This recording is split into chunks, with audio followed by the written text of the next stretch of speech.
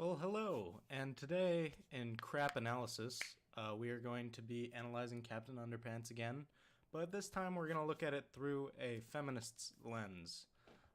This, of course, being one of the many, many literary lenses. And if you don't know what crap means, it's comprehensive reading and persuasion analysis. I just made that up. Or it's just crap because I'm not very good at editing videos. This is one take, me talking, looking at a PowerPoint this time instead of a word cloud.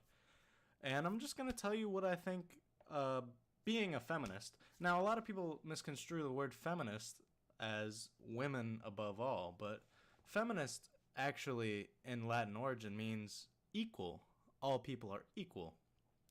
Notice how I said people instead of women.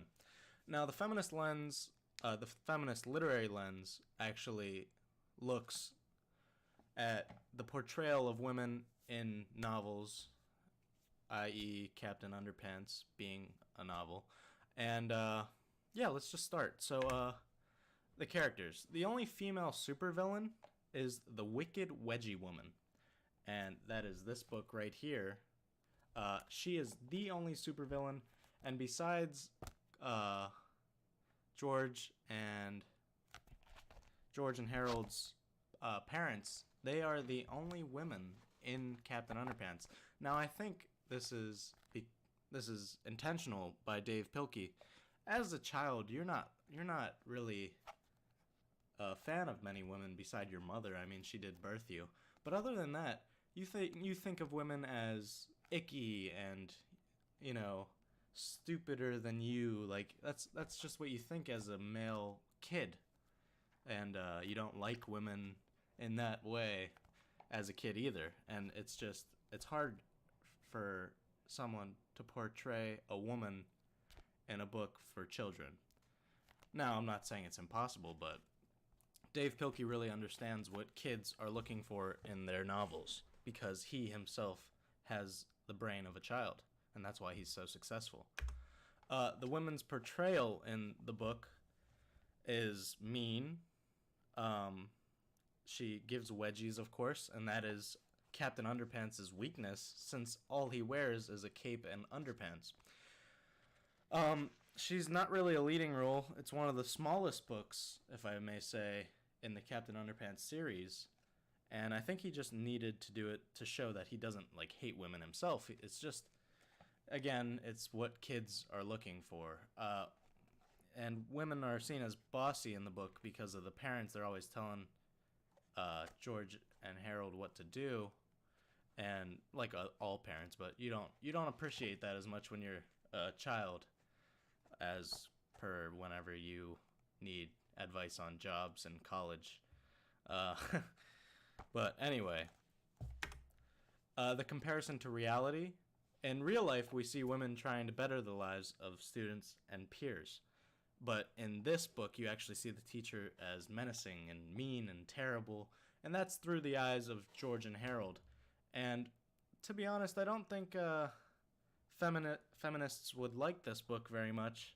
Again, it's for children, but I've read a couple articles where women actually despise this book because it appeals to the male fantasy and, all that stuff of women being bossy and mean and just, it's a man's world in these books. Now, I, of course, like I said before, am not a Meninist, or I don't feel like women and men are unequal. So I don't really have much of a say, but if I were to look at this as a woman, I'd kind of feel neglected. They just don't say anything about women in this book, and they portray them badly. They being Dave Pilkey. But if you look at all the other covers, there's actually no women on any of the covers beside the Wicked Wedgie Woman. And she is not the most flattering woman to look at. But, you're looking at a man who made the Bionic Booger Boy. 2 parts. of Bionic Booger Boy. He just doesn't really care about what people think of him, and therefore he isn't trying to represent anything other than childhood whimsy. And it also is fair to say that he wrote most of these comics, or ideas at least. There's a grandma in this one, very small grandma, Captain Underpants' grandma. He wrote these as a child. I mean, most of these doodles were actually from when he was a child. And that's interesting.